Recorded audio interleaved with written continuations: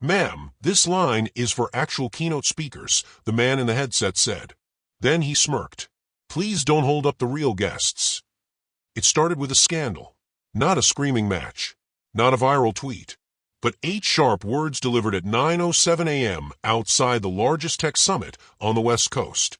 The woman he was speaking to, Amara Blake, 38, black, CEO of Spectralogics, one of the fastest-growing AI startups in the country, didn't blink.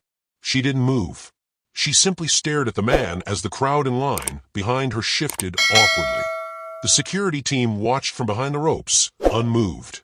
The man blocking her path, dressed in a summit staff windbreaker, raised his badge scanner with fake patience. "Let's not make this uncomfortable. Speaker access is to the left. Staff and vendors use the side entrance." Amara was wearing a charcoal blazer, black jeans, and a matte black leather bag. No labels. No assistant trailing behind her. No team of interns with name tags. Just her. Alone. That was intentional. This morning wasn't just a speech. It was a test. And they were failing it. A young woman 2 places back in line, white blonde pastel blazer, leaned toward her friend and whispered, "Ugh, she's making a scene." The friend replied, "I mean, do you see a lanyard?" Amara opened her phone. In 3 swipes, she pulled up the internal dashboard. She tilted the screen toward the man blocking her. Speaker, Amara Blake, CEO, Spectralogics. 9:45 a.m. main stage, sponsored by Open Grid Labs, TitanNet, TechSphere Ventures. His eyes flickered. For half a second. Then he shrugged. "You probably just submitted an RSVP. That doesn't mean VIP." That moment, that sentence, would be quoted in every major outlet by midnight. "Doesn't mean VIP." Amara didn't flinch. She turned to security. "Run my name." The taller guard, maybe early 50s, earpiece coiled tight to his neck, squinted at her, then tapped something on his tablet. A moment later, he stiffened. "Ms. Blake," he said quietly, "you're confirmed." The staffer in the windbreaker coughed and looked away. But it was too late. Phones were already out. Red recording lights dotted the edge of the velvet rope. Amara stepped through without a word. Inside, Eva, her assistant, met her by the private lounge. "What happened?" Amara exhaled. "They failed the test." Eva blinked. "Do you want me to escalate it?" Amara paused, then said, "Not yet. Let them seat the crowd. Let the sponsors get comfy. Then shut the doors." Back in the lobby, Summit's social media manager, Tyler Marsh, was whispering with 2 other organizers. "Someone's already posting it on Threads," he muttered. "A speaker being blocked at the entrance." Another added, "That guy's toast. But let's spin it. We'll say it was a misread badge." But the twist. The post already had over 220K views in under 30 minutes. Captioned, "Black woman gets blocked at tech conference. Turns out she OWNS the damn startup." Hashtag know who you're talking to, hashtag Spectralogics, hashtag via only. Inside, Amara sipped coffee quietly, watching the numbers climb in real time. Eva leaned in. "Should I let Carla know we're initiating Protocol Delta?" Amara gave a calm nod. "Yes. Start the countdown. In exactly 20 minutes, we shut them down." The green room smelled like nerves and lemon water. Stagehands moved like ghosts between curtains, their headsets whispering in sync. The main hall, just 20 feet away, buzzed with the anticipation of 2,000 venture capitalists, founders, media execs, and tech influencers packed shoulder to shoulder, waiting for the 9:45 keynote to begin. None of them knew what was coming. Amara Blake sat still. She didn't pace, didn't sip water. She scrolled silently through the conference's event app, watching a single hashtag rise like a bullet through the trending charts. Hashtag blocked by mistake. Hashtag V only. Hashtag Amara Blake. Eva stood nearby, phone in one hand, second phone in the other, one for the world, one for war. "Carla's online.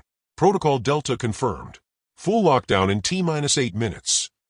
Amara nodded. "Get legal on standby. And tell PR they'll get my quote live, not canned." Outside, the man in the staff windbreaker, Jared Harper, was being called into a small white security tent. Inside, the site manager scrolled through footage from the entrance lobby.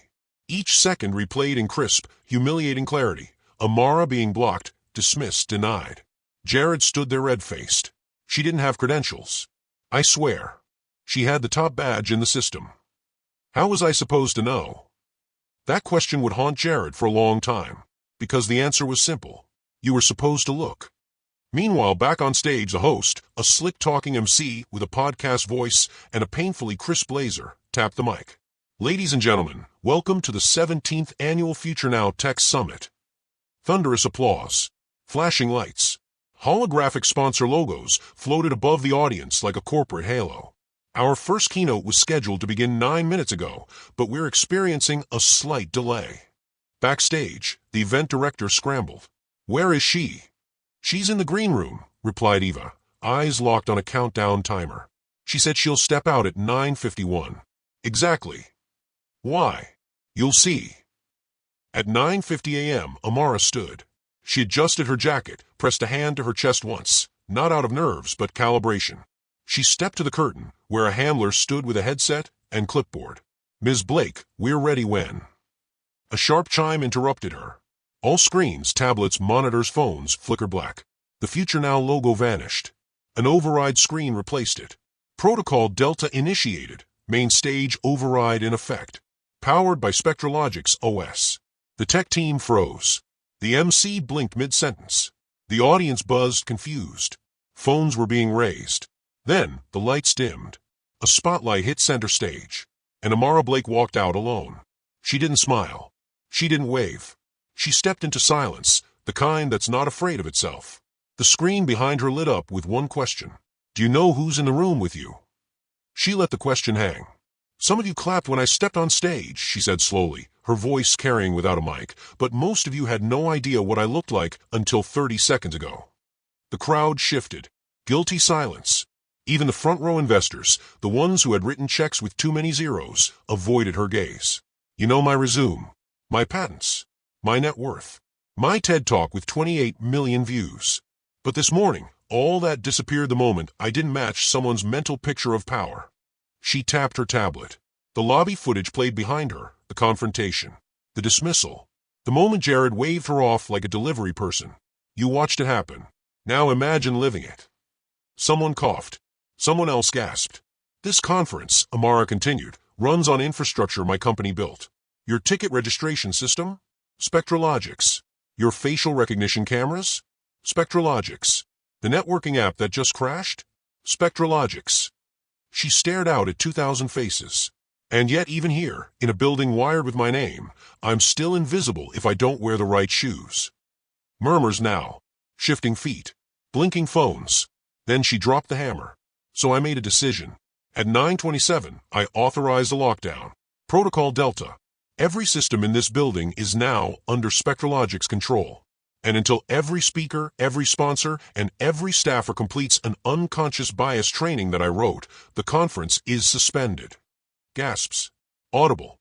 That's right. You flew in for the biggest tech event of the year. And it's on pause. Because power without reflection is just noise. She turned her gaze to the side stage shadows. Jared, you can come out now. The crowd twisted. Jared walked out stiffly, white-knuckled, escorted by 2 PR reps. He looked like a man who had walked into the wrong dream. You made a mistake, Amara said. But so has everyone who stayed silent through moments like it. She turned back to the audience. I'm not here to cancel you. I'm here to correct you. The screens behind her shifted again. Reboot in progress, new keynote, what it means to really lead. She smiled just barely. The summit will resume after you've learned something. The silence didn't last long. By the time Amara Blake stepped off the main stage, the hashtag SpectralLockdown had racked up over 1.7 million views. Every major tech outlet was tweeting about it. LinkedIn posts multiplied like wildfire. People weren't just posting what she said, they were quoting it, framing it, reposting it over grainy lobby footage. Power without reflection is just noise. In the hallway outside the auditorium, heads of marketing whispered into headsets. Sponsors were panicking. The executive producer of the summit, Sloan Ridley, a woman who wore panic like perfume, stormed into the green room with a tablet shaking in her hands. We can't shut the conference down, she hissed at Eva. Do you understand how many brands we have here? How much we've spent? Eva didn't blink. Then you probably should have started with asking how much Spectralogix owns. Sloan sputtered. There's still time to undo this, she said. Tell her to pull the feed, retract the footage. We'll issue a formal apology. A press note. Hell, she can headline next year. Amara stepped out from behind the divider. Next year's already spoken for, she said coolly. And I don't do apologies written by committee. Sloane's mouth opened, but Amara had already turned to Eva. Status. Tech teams running the bias training backend. HR's pushing live notifications to all attendee apps. Everyone's getting the alert at once. And Jared. Eva handed her a phone. He's trying to call you. Amara declined the call without looking at the screen. 10:37 a.m. Meanwhile, online, at a cafe 3 blocks away, a junior VC named Lauren Baptiste stared at her screen. She had seen the hashtags popping up for 20 minutes, but hadn't clicked until now. She watched the clip twice, then 3 more times.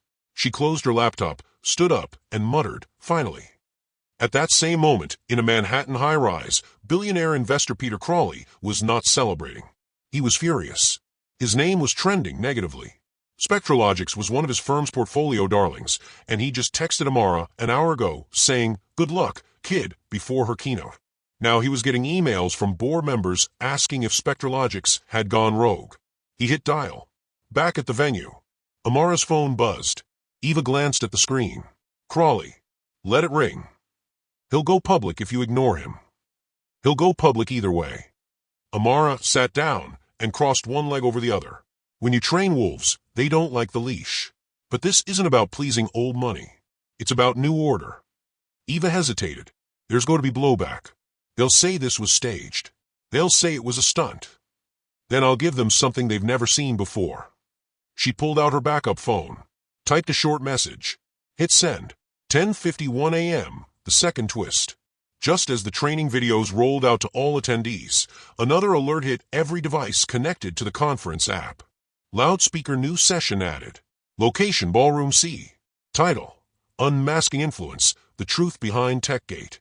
Speaker: Olivia Marks, whistleblower, former director, TitanNet Ventures. Attendees started whispering. Olivia Marks. That name had been buried under NDAs for years. She had left TitanNet under vague, personal reasons. Rumors swirled, but no one had ever confirmed why. Now she was on the schedule. A few rushed to the new ballroom. Within minutes, it overflowed. Then overflowed again. People were sitting on the floor, leaning against the walls. And when Olivia walked on stage, modestly dressed, tired but determined, the room held its breath. "Good morning," she said. "For those who don't remember me, I used to sit in the back rooms of venture capital meetings where black and brown founders were referred to as diversity tokens. I used to watch as their term sheets were halved before they ever saw them." She paused. But this morning, I was invited by someone who didn't just break the mold, she melted it down. Behind her, the screen lit up with a title card. TechGate Files, What They Don't Want You to Know. The session went viral before it even ended. People weren't just watching anymore. They were changing. And Amara. She stood backstage, not watching the feed but the people. Faces no longer smug.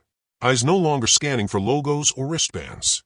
For once, they were seeing something more than themselves. Peter Crawley didn't just control money, he controlled headlines. By 11:05 a.m., just over an hour after Amara Blake had taken control of the entire Future Now Tech Summit, he was already on a call with 3 producers from TechVision TV, drafting a spin. "We're reviewing Spectralogics' contract as we speak," he said into the speakerphone, his tone icy. "This isn't leadership. This is theatrics." But before the anchors could even prep a response, a new alert flashed across their internal newsroom feed.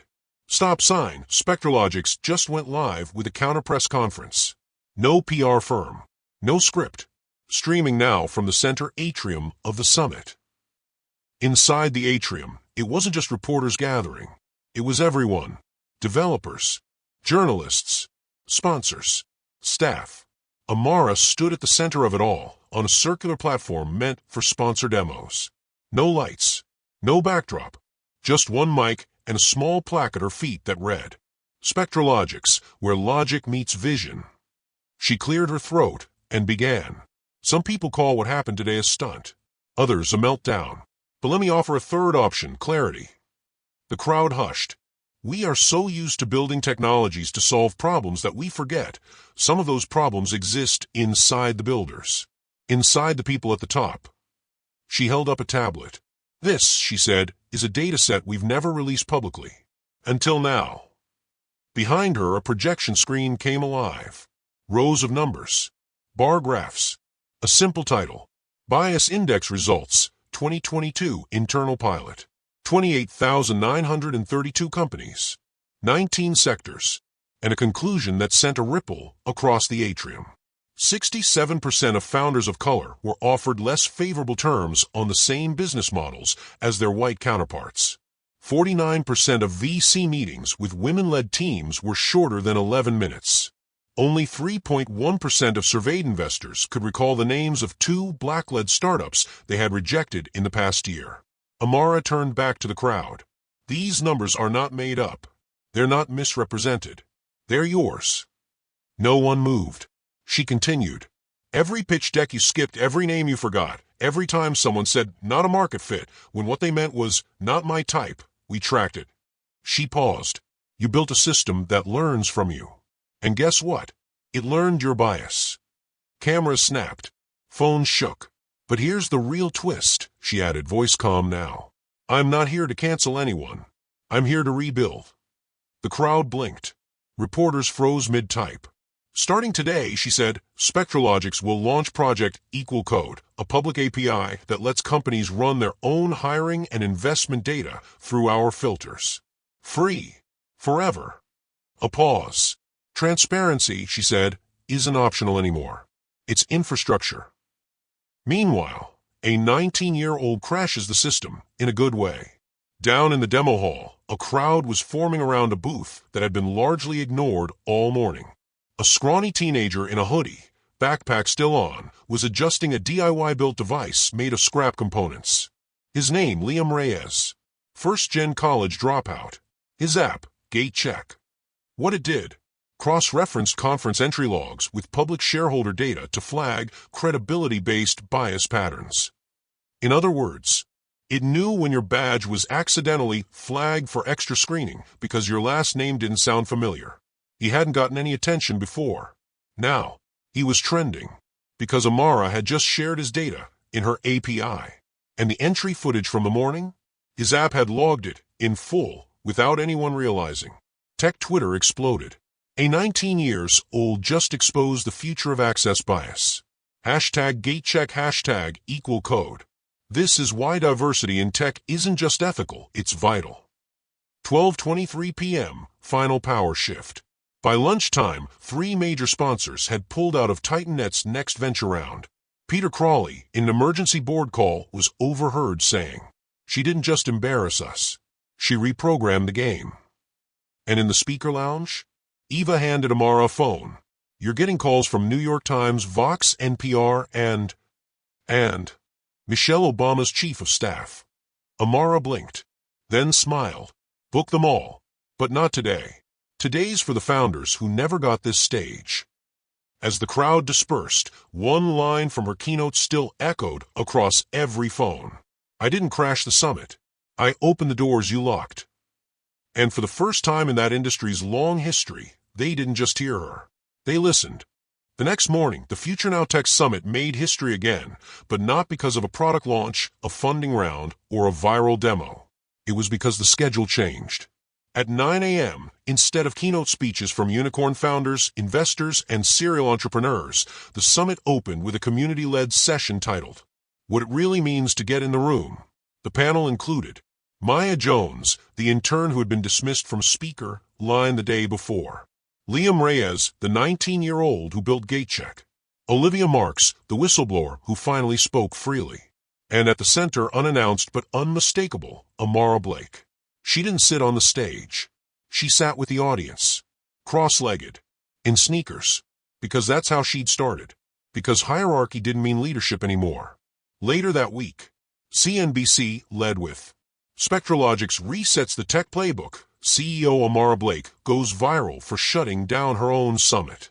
Forbes wrote, "The moment tech had to listen, and the woman who made it happen." And in an op-ed, a longtime industry exec finally admitted what others wouldn't. She didn't break the system. She showed us the code, and we were the bug. But most importantly, Over 12,000 companies downloaded the Equal Code API in the first 72 hours. VC firms began publicly releasing bias audits. A dozen startup accelerators rewrote their pitch criteria. And GateCheck. It was acquired by SpectraLogix, with full IP rights retained by Liam Reyes. The press asked if Amara planned to monetize the movement. She said, "No, you don't charge people for clarity."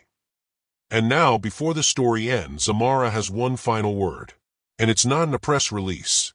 It's right here. She turns to you, the viewer, and asks, "Studio microphone, have you ever been judged before you spoke?" Maybe it was walking into a room where everyone looked up and assumed you were lost. Maybe it was waiting behind someone in line who got a smile while you got suspicion. Maybe it was an interview where you were told, "We're just looking for the right cultural fit." Or maybe you're someone who never noticed this, because it didn't happen to you. If that's true, listen even closer. Because what happened to Amara Blake wasn't an accident. It wasn't even rare. It was routine. The only difference, this time the person you dismissed owned the entire room. And instead of raising her voice, she raised the stakes. Instead of shouting back, she built tools that made it impossible to ignore. So if this story hits you, share it. Not because it's viral, because it's real. And because maybe the next time someone's badge doesn't scan, you'll look twice. Not at the wristband, but at the person. Because power isn't about being the loudest. It's about knowing when to speak and making sure it echoes. Speech Balloon, drop your thoughts in the comments. Collision hit like if this moved you. Bell subscribe if you want more stories that don't just speak, they shift something inside you. See you next time. Until then, be louder than silence.